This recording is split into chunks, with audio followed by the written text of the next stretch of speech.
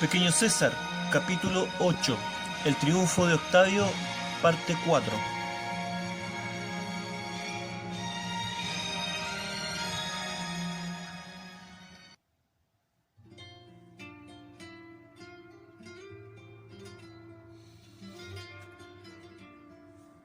Por la noche llegamos al sitio del funeral de Fiesta y Fe, pero nada nos indicó la presencia de una caravana sármata en la zona. El pueblo más cercano tampoco había sido asaltado y su gente no tenía información de lo que le podía haber sucedido a las muchachas. Llegamos a la conclusión entonces de que el enfrentamiento debía haberse producido más al norte. Descansamos esa noche en el pueblo. Uno de los hombres de Gir trajo consigo un par de cangales y con ellos hizo guardia durante la noche. Por la mañana retomamos camino hacia el norte.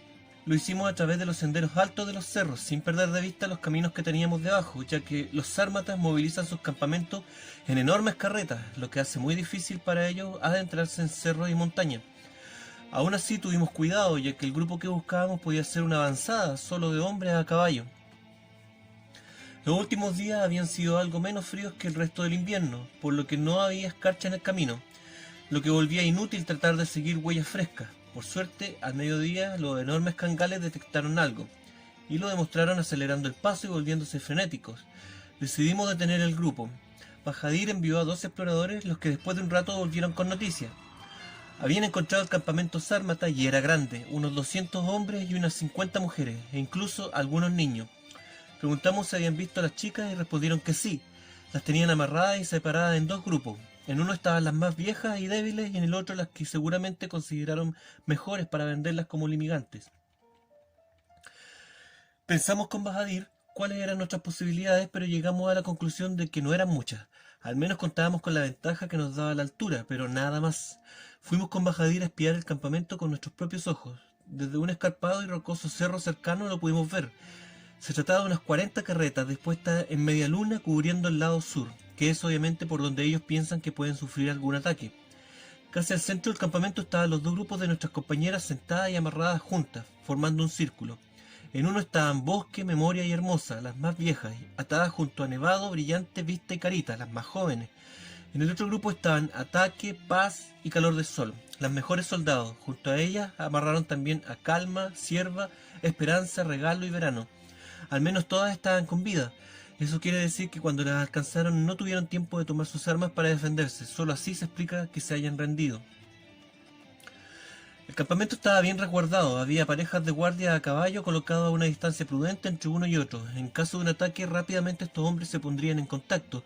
Además, habían numerosos soldados a pie realizando distintas labores, pero distribuidos por todo el lugar.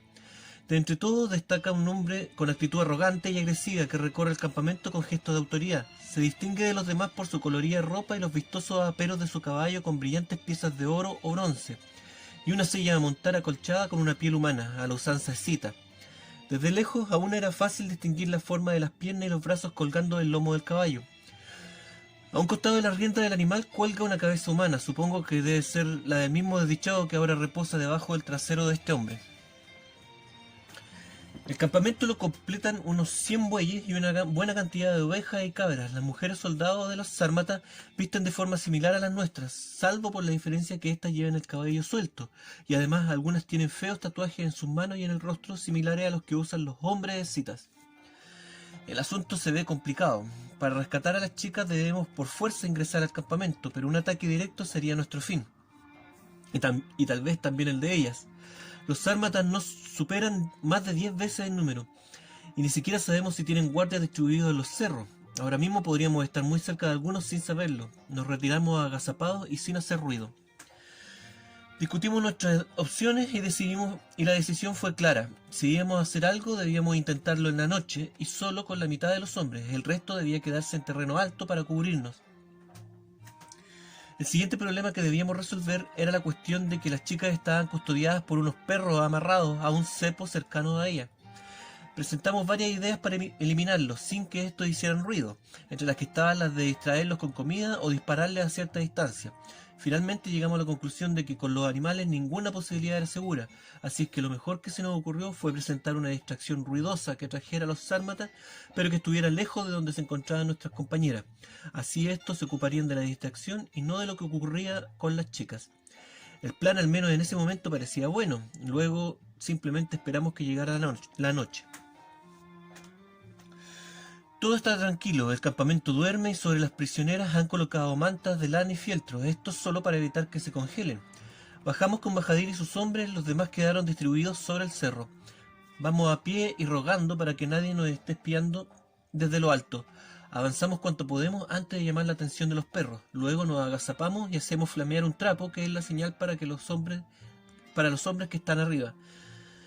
De inmediato varias lucecitas se encienden en el cerro y comienzan a caer sobre los toldos de las carretas. Son flechas incendiarias untadas en grasa de cerdo que nuestros acompañantes habían conseguido para alimentar a sus cangales. Esa es nuestra distracción. Los primeros en darse cuenta de que algo ocurría fueron los perros, los que comenzaron a ladrar, pero la respuesta de los sármatas fue algo más lenta de lo que esperábamos. Si hubiera sabido que estaban tan relajados, habría optado simplemente por matar a los perros y huir con mis mujeres soldados, pero la suerte ya estaba echada. Poco a poco, gritos de alerta recorren el campamento. Esperamos hasta que la mayoría de los nómadas se agolpó en las carretas encendidas. Entonces nos levantamos y corrimos hasta nuestras compañeras. Desde el cerro siguen disparando y gritando para llamar la atención.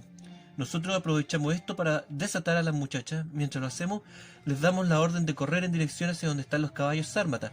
Mientras lo hacen, unos cuantos sármatas también corren hacia los animales.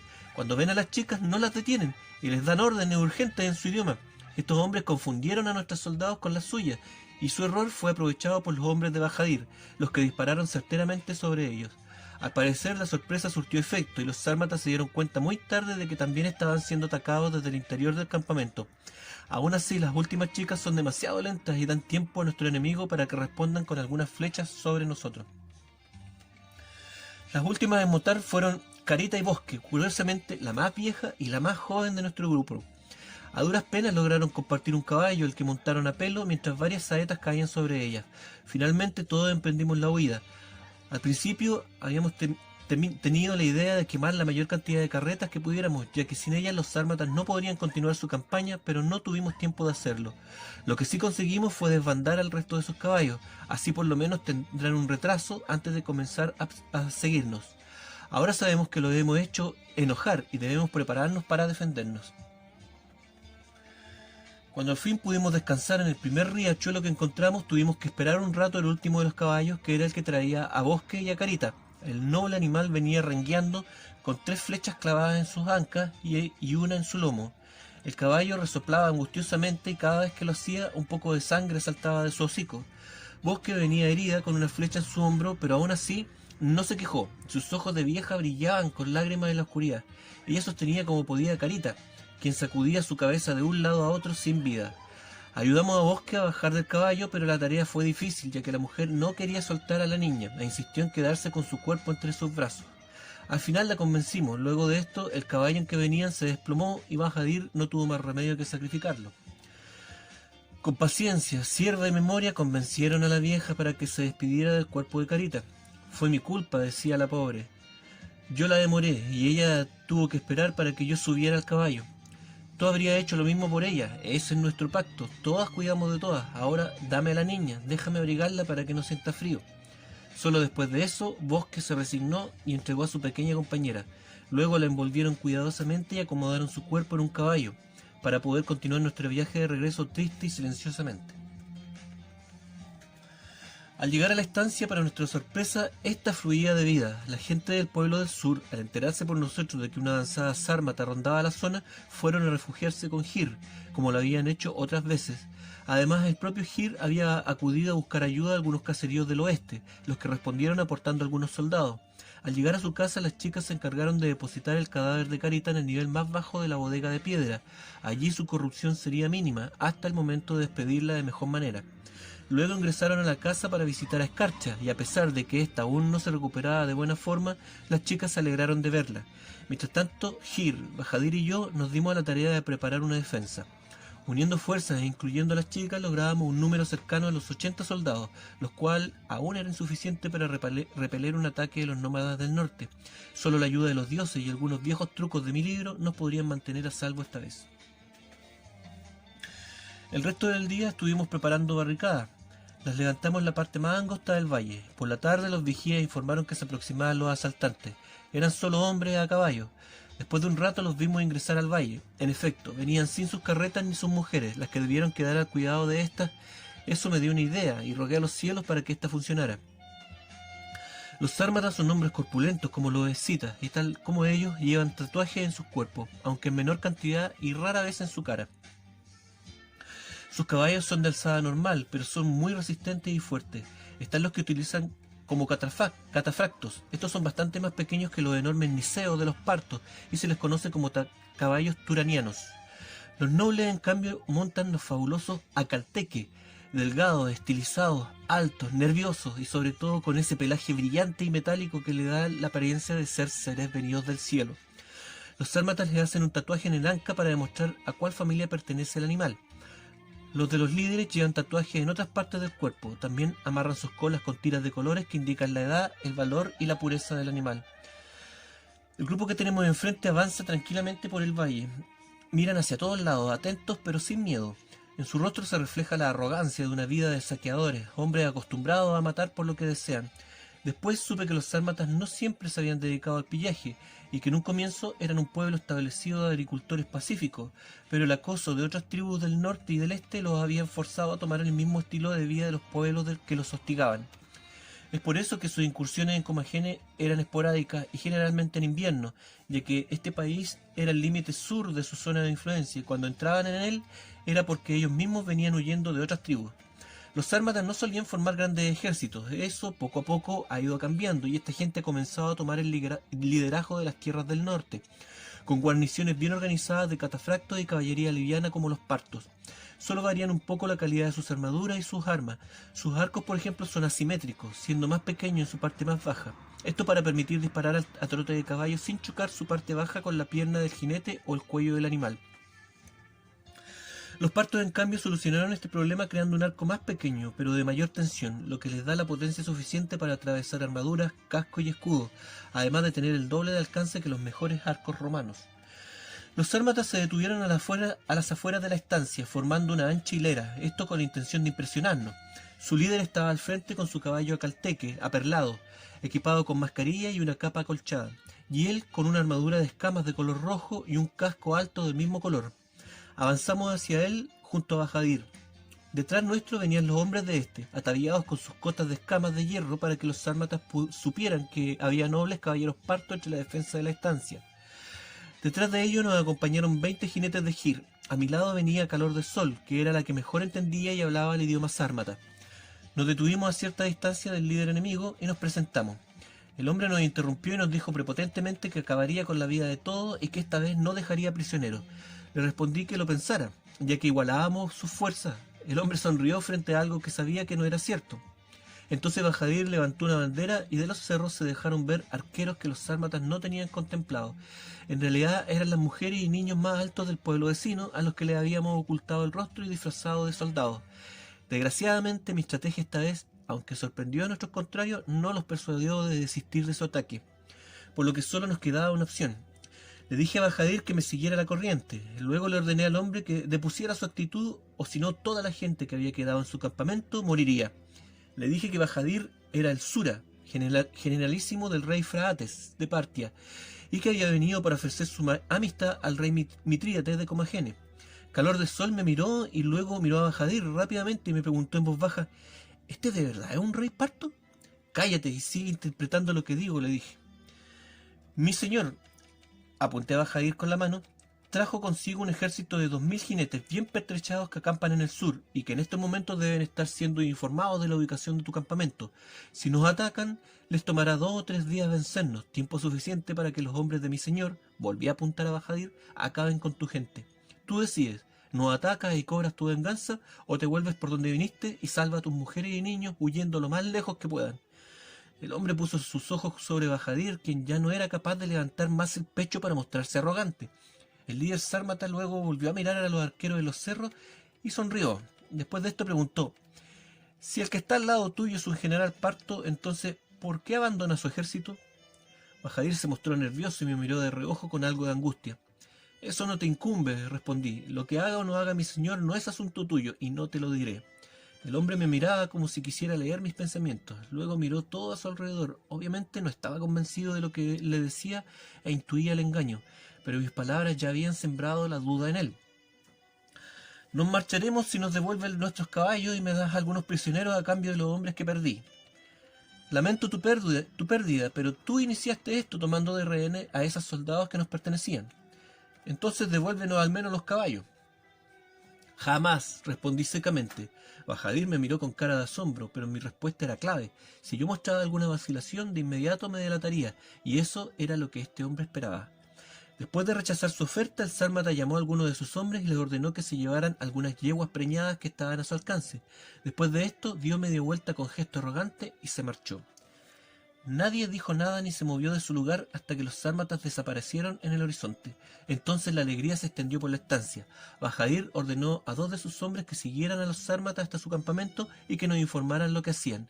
Su respuesta llegó por la noche, confirmando el repliegue de los nómadas hacia el norte.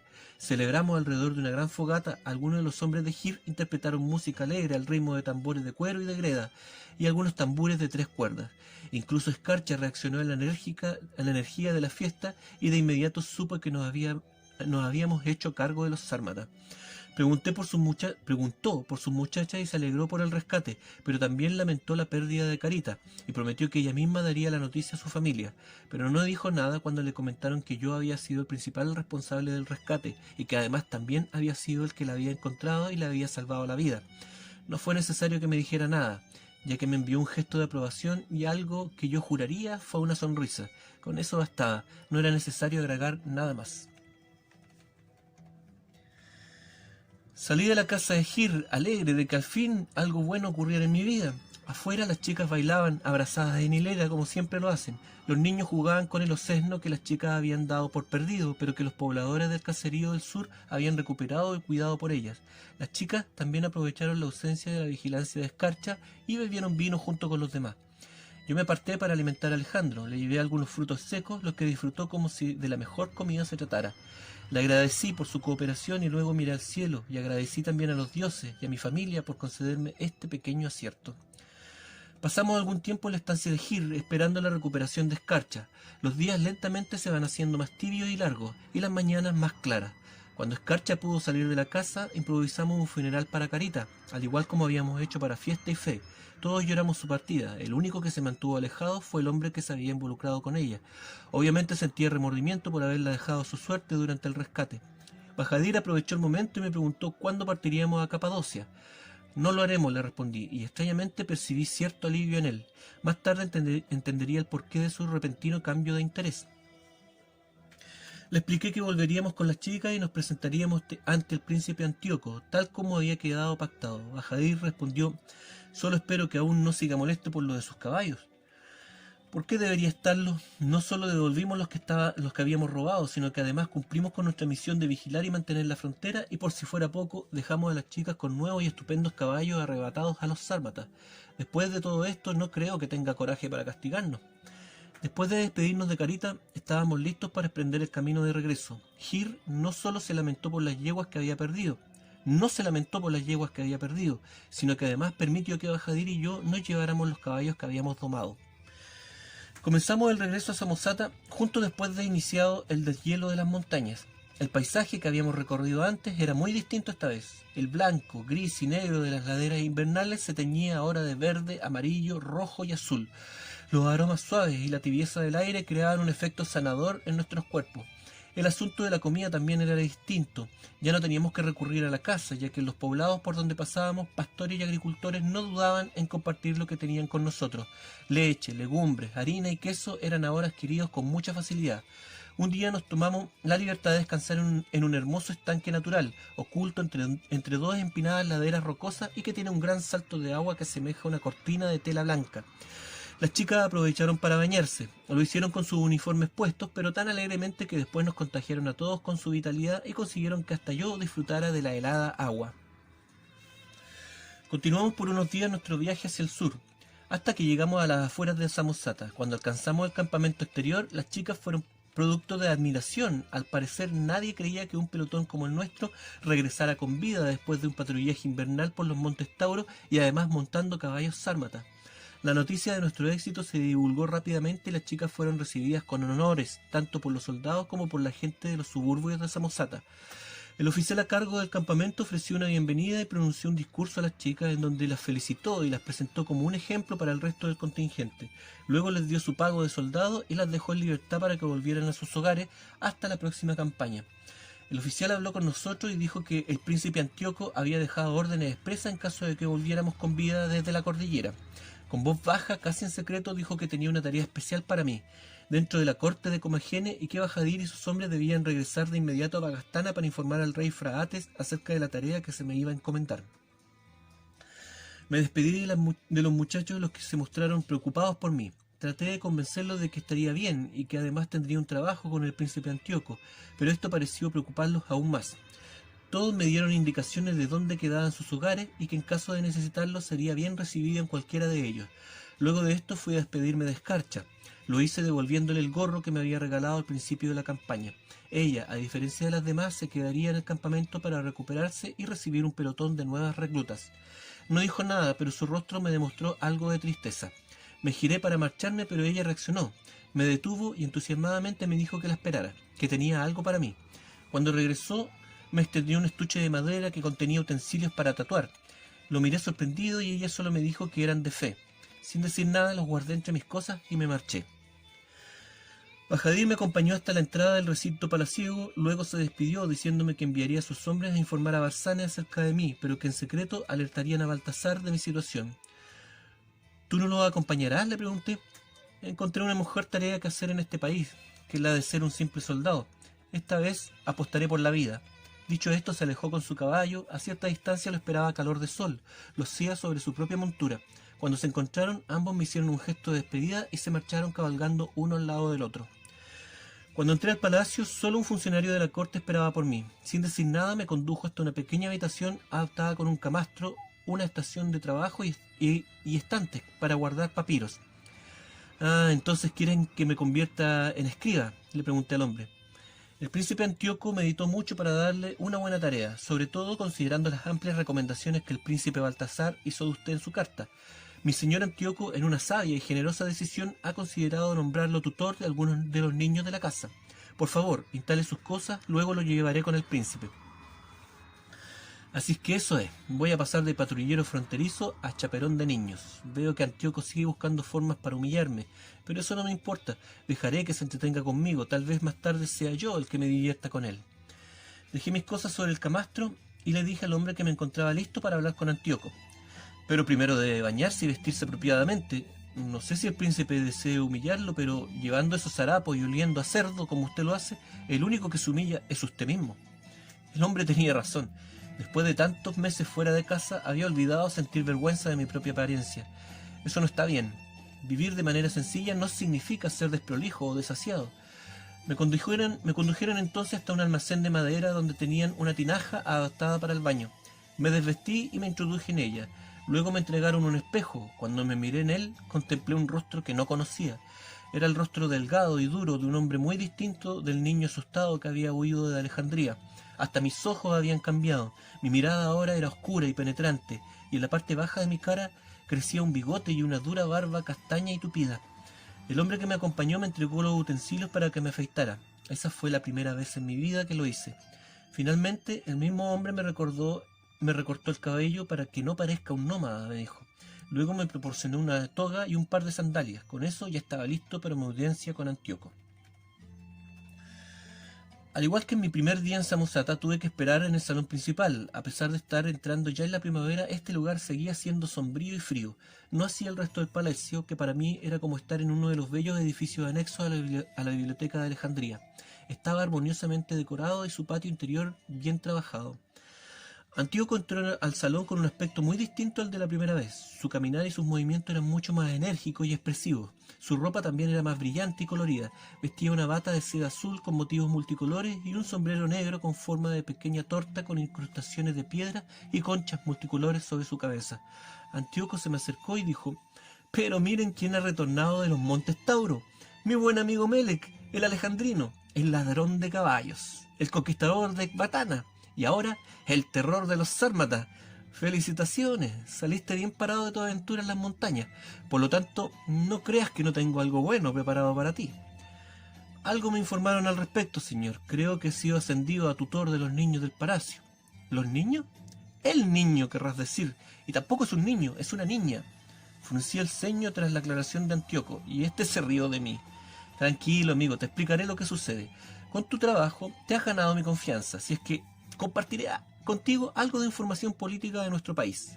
Lo que sucede es que tras la caída de Alejandría, tu ciudad de origen, Octavio, el Kaiser de Roma, ha puesto los ojos en los límites de su imperio y al parecer, como Agene, ha llamado su atención como punto estratégico de unión entre Oriente y Occidente. Entonces, para evitar que el apetito de Octavio ponga en su cabeza la idea de invadirnos, mi hermano tiene ahora la tarea de demostrar que su gobierno cuenta con toda la estabilidad necesaria tanto dentro del reino como con sus vecinos, algunos de ellos enemigos jurados de Roma. Es ahí donde tú y otras personas entran en el juego.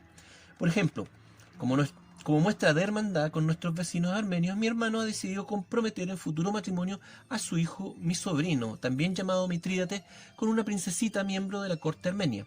El problema es que la niña en cuestión, en su corta vida, ha pasado por algunos, ¿cómo decirlo?, momentos dolorosos. Esto le ha traído como consecuencia un cierto retraso en su educación clásica, y es aquí donde tú puedes ayudarnos. Con tu tipo de formación puedes completar sus modos y formas tanto griegos como romanos, para que así esta niña sea bien evaluada, tanto por mi hermano como por el emisario romano que Octavio enviará para presenciar el compromiso. Acto al que tú también deberías asistir, tanto en tu calidad de tutor como en el de representante de nuestra amistad con los antiguos habitantes de Alejandría. Todo lo que hablaba este imbécil me daba el deseo de saltar sobre él y arrancar su fea nariz a mordiscos, para luego vomitar sobre su rostro desfigurado.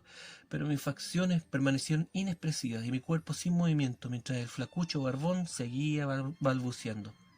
Supongo que estás ansioso por conocer a tu alumna, respondí con un falso interés. Entonces Antíoco dio la orden de hacerla entrar. 4 viejas vestidas iguales entraron con una niña de unos 12 o 13 años. La niña venía con su rostro cubierto, por lo que me recordó a las hijas de Gotarses. Quedó frente a mí y cuando me vio se estremeció sobremanera. Aunque no mostraba su rostro, los temblores en su cuerpo sí lo demostraban. Además comenzó a hablar con un tono de voz muy angustiado. Finalmente la niña no pudo más y levantó el tocado con monedas que le cubría la cara, diciendo en perfecto griego: «Te conozco, eres el hijo de la asesina, pero estabas muerto, eres un espectro que viene por mí, fuera de aquí, maldito Daemon». Luego de eso simplemente huyó fuera del salón, quedé petrificado. Antíoco me miró inquisitivo y sin decir nada caminó tras las viejas y la niña. El asunto es que la chiquilla era la princesa Lotapa, la misma que mi madre había comprometido con mi hermano Alejandro, hija del fallecido rey de Armenia Artavasdes, a quien mi madre había mandado a decapitar. De seguro la niña me iba a delatar, estaba perdido. Me quedé de pie en medio del salón como un estúpido. Después de un rato, Antíoco volvió mostrando una actitud muy extraña y me dijo: como te lo advertí, la princesa Lotapa ha sufrido mucho estos últimos años, por lo que su mente está algo extraviada. Ella te ha confundido con el hijo de César y Cleopatra, el joven Ptolomeo, ese conocido como Cesarión. Obviamente eso es imposible porque hasta donde sé el muchacho fue ejecutado en la misma Alejandría. Y si lo que la niña ha dicho fuera verdad, yo estaría frente a un espíritu o un impostor, y no creo que sea ninguna de las dos cosas. Además, Baltasar me lo hubiera informado en su carta, ¿o no?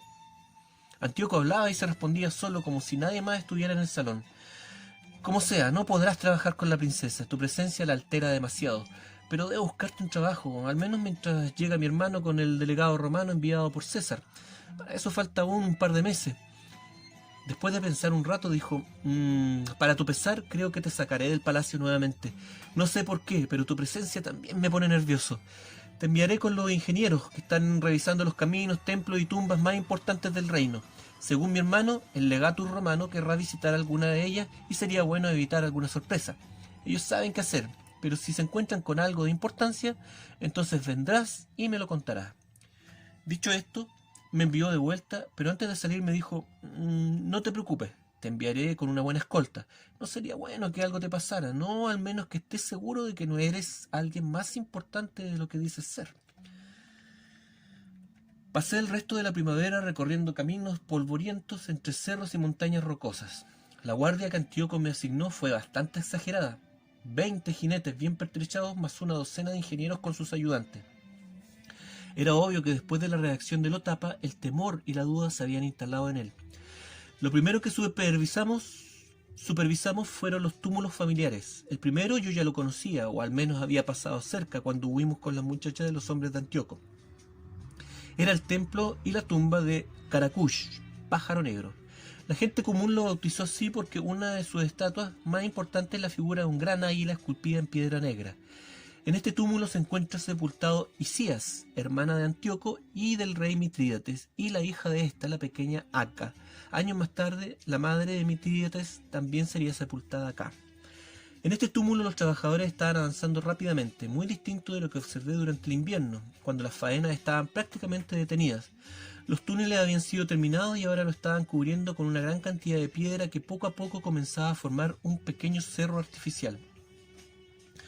La segunda tumba que visitamos fue la que el rey Mitrídates ordenó levantar para su hermana Laódice, la cual su padre Antíoco Teos casó con Orodes, el padre de Frates, pero este último la asesinó. Luego el rey Mitrídates tuvo que negociar y amenazar al rey Parto varias veces para que le devolviera el cuerpo de su hermana. En esta tumba se refleja más dolor que en la anterior. En ella se exhiben relieves en donde el rey aparece amistosamente tomado de la mano con su hermana. Las inscripciones en esta tumba también son más dolidas y cariñosas que en la anterior. Después de eso revisamos algunas rutas importantes. Me atreví a sugerir la construcción de un par de puentes, sobre todo sobre el río Éufrates, pero mi opinión fue ridiculizada por los ingenieros, catalogándola como un gasto inútil, considerando que el reino tenía el único paso natural del río, el famoso cruce de Seguma, por donde habían pasado todos los ejércitos importantes hasta esa fecha.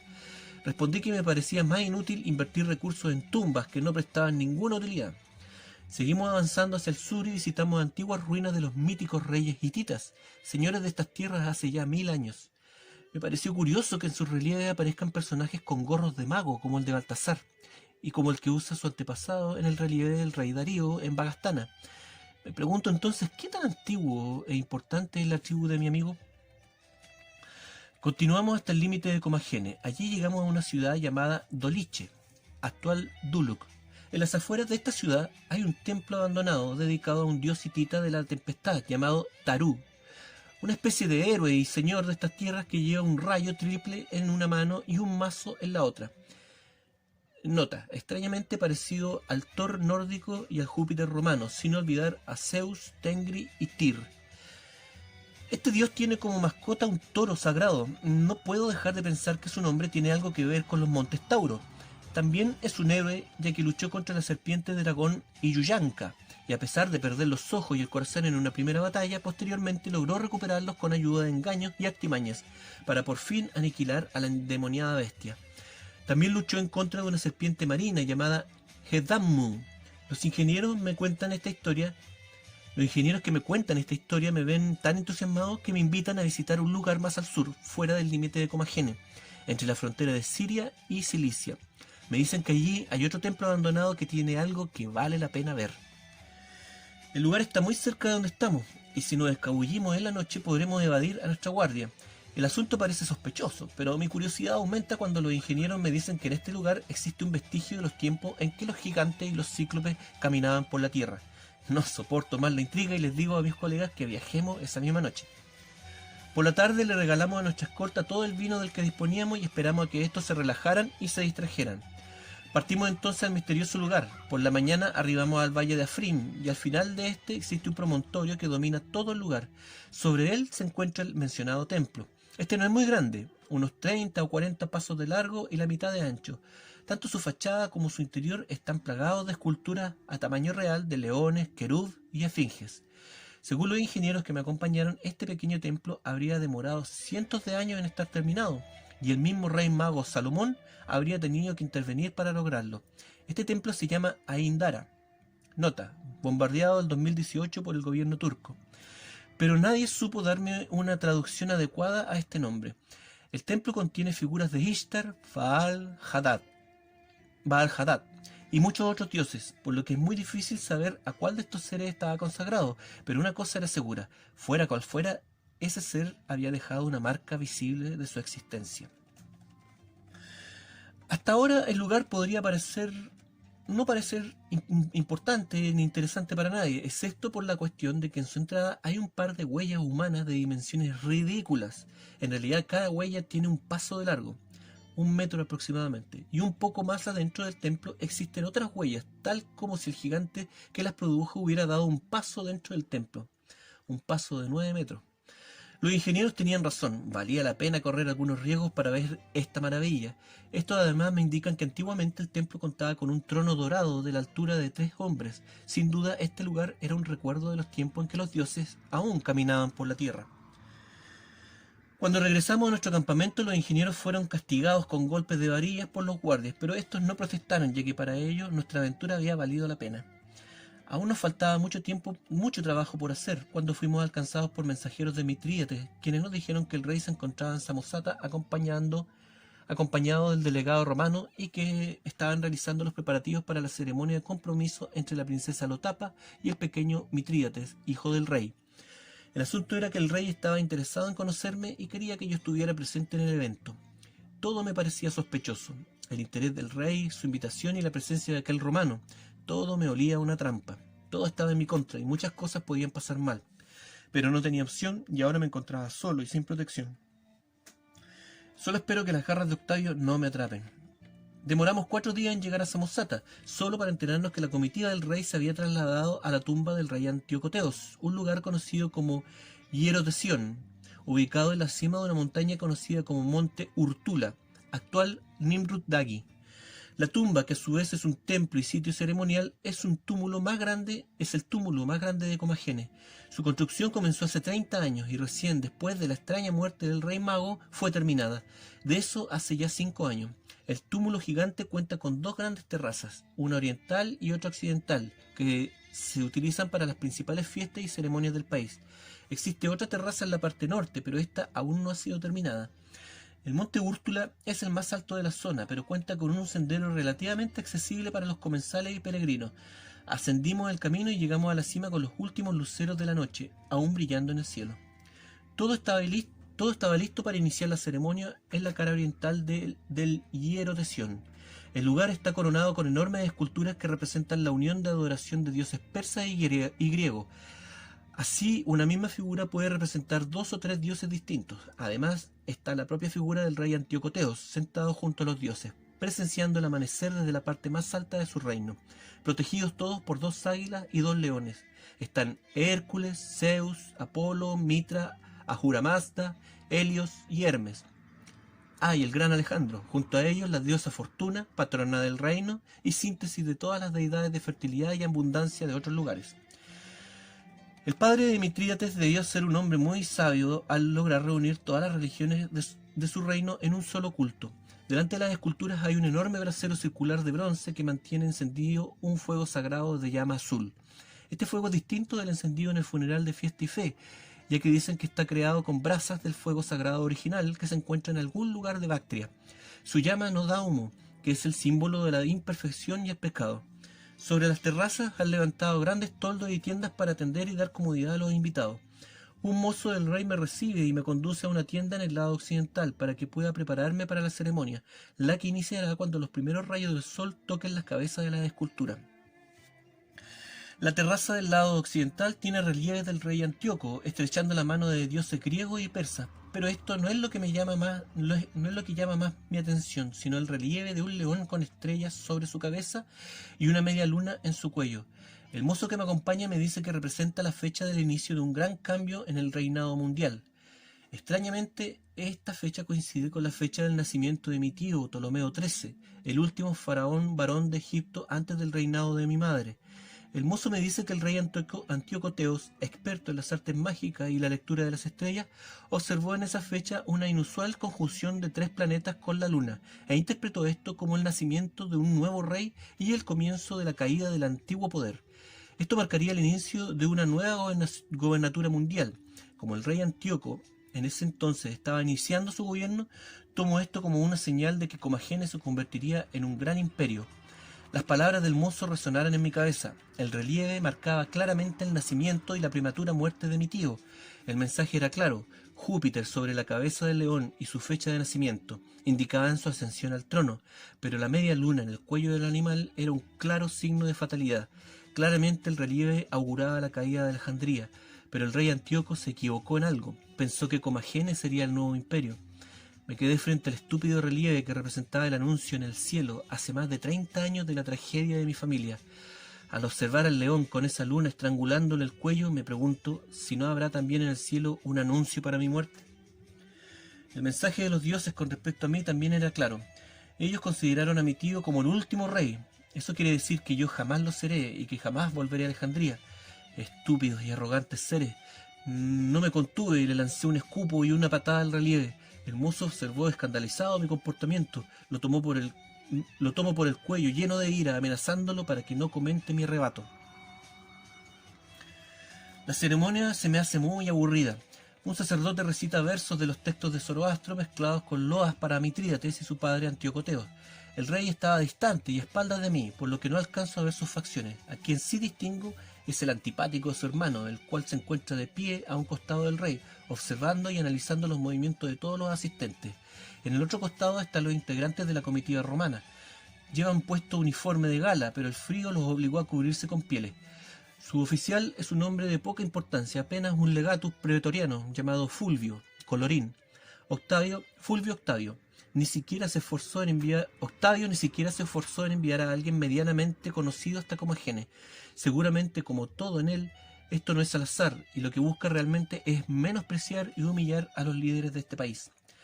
Después del largo discurso del sacerdote, el que terminó después de que todo el terraplén se encontraba ya iluminado por el sol, hicieron avanzar a los jóvenes comprometidos. En ese momento se hizo evidente que el príncipe Mitrídates es apenas un niño, ya que la princesa Lotapa de Armenia es solo un par de años mayor que él, pero su apariencia es ya la de una damita. Esto provoca que el niño se vea ridículo delante de ella. Recuerdo cuando la princesa fue comprometida a mi hermano Alejandro, en una ceremonia similar a esta, en Alejandría. Solo que en esa ocasión el comportamiento de mi hermano dejó mucho que desear, dándose vuelta a los invitados y haciéndole muecas de hastío y cara chistosa, sacando la lengua y poniéndose visco. Solo mi madre pudo contenerlo, indicándole con señas que si no se comportaba iba a sacrificar a Opossum, su despreciable mascota. Después de la ceremonia, se llevaron a los niños para que no fueran víctimas de la curiosidad y el hostigamiento de los invitados. Permanecí lejos de la acción, no quería correr el riesgo de estar cerca de los romanos, pero el ojo filoso del príncipe Antíoco me descubrió y de inmediato me pidió que me acercara. Me presentó con el legatus y con su hermano, el rey Mitrídates, quien llevaba puesta una alta corona de puntas y piedras preciosas incrustadas en ella. Antíoco hizo un aburrido resumen de lo que consideraba mis logros más importantes, exhibiéndome como un regalo de fraternidad del rey Fraates para Comagene. Yo era entonces un símbolo de la estabilidad política entre Comagene y Partia. Después participamos de una comida en donde Antíoco se aseguró de mantenerme cerca. El legado romano fue interrogado por algunos asistentes acerca de su viaje y si es que tenía alguna noticia de Capadocia y el Ponto, pero Fulvio respondió que había ingresado a Comagene desde el sur, a través de Siria. Antíoco entonces le preguntó si había escuchado algo acerca del rey Herodes. Fulvio respondió que la gente de la región comentaba que el rey estaba perdiendo la razón, al parecer atormentado por el remordimiento de haber enviado a ejecutar a Mariam, su bella esposa. Después de esto también mandó a ejecutar a Alejandra, su suegra, a la que el pueblo despreció y culpó por la muerte de Mariam. Dicen que no la apoyó ni defendió como una madre debía haberlo hecho. Dicen que Herodes camina solo por las noches buscando y llamando a Mariam como si ésta estuviera viva y que nadie se atreve a contradecirlo hasta que por sí solo recuerda lo que hizo y comienza a lamentarse, tal como se lamenta un niño por la pérdida de su juguete más querido. Por otro lado dicen que ha dejado las armas, ya no le interesa perseguir ladrones o escarmentar a sus vecinos árabes, ahora está más volcado a construir. En Jerusalén se aceleraron los trabajos para el nuevo templo y en la costa están preparando un proyecto para levantar un gran puerto al estilo romano que se llamará Cesarea, en honor a nuestro amado emperador Augusto. Me mantengo callado e inexpresivo mientras el romano habla, pero en el fondo me alegro del sufrimiento de Herodes y la ejecución de Alejandra. También me sorprende la arrogancia de Octavio para llegar a autoproclamarse César Augusto. Para mí siempre será un simple turino, apellido de su padre y sinónimo despectivo para nuevo rico. El rey consulta a Fulvio por las condiciones del emperador para asegurar la autonomía de Comagene. Responde que el emperador Augusto está satisfecho con la estabilidad del reino, así es que en su inmensa generosidad solo pide dos cosas para así no perder la amistad con su par, el rey Mitrídates. El rey pregunta entonces por esas dos condiciones, con un tono de impaciencia en su voz, a lo que Fulvio responde que no es gran cosa, tan solo eliminar el título de amigo de los griegos de entre los títulos del rey y dejar tan solo el de amigo de los romanos. El rostro del rey se relaja ante la sencilla petición de Octavio, pero luego se oscurece cuando Fulvio le indica que la segunda petición del emperador es que le entregue el control del paso Zeugma, ubicado en el sur del país y único cruce seguro del río Éufrates. El rey contesta que está contento con la generosidad de César y que con gusto le concederá los pequeños favores que ha requerido. Después de esto, Antíoco le pregunta a Fulvio por los detalles del triunfo de Octavio en Roma. El legatus habla entonces de cosas morbosas y sin importancia ocurridas después de la procesión, como por ejemplo la ejecución de algunos funcionarios de alejandrinos amarrados y lanzados en catapultas hacia un grupo de borrachos que se divertían esquivando los cuerpos de los desdichados. El invitado, después de ver la reacción de desaprobación entre los presentes, dejó en claro que esta burda idea no había sido planeada por el emperador y que éste ni siquiera estaba presente cuando esto ocurrió.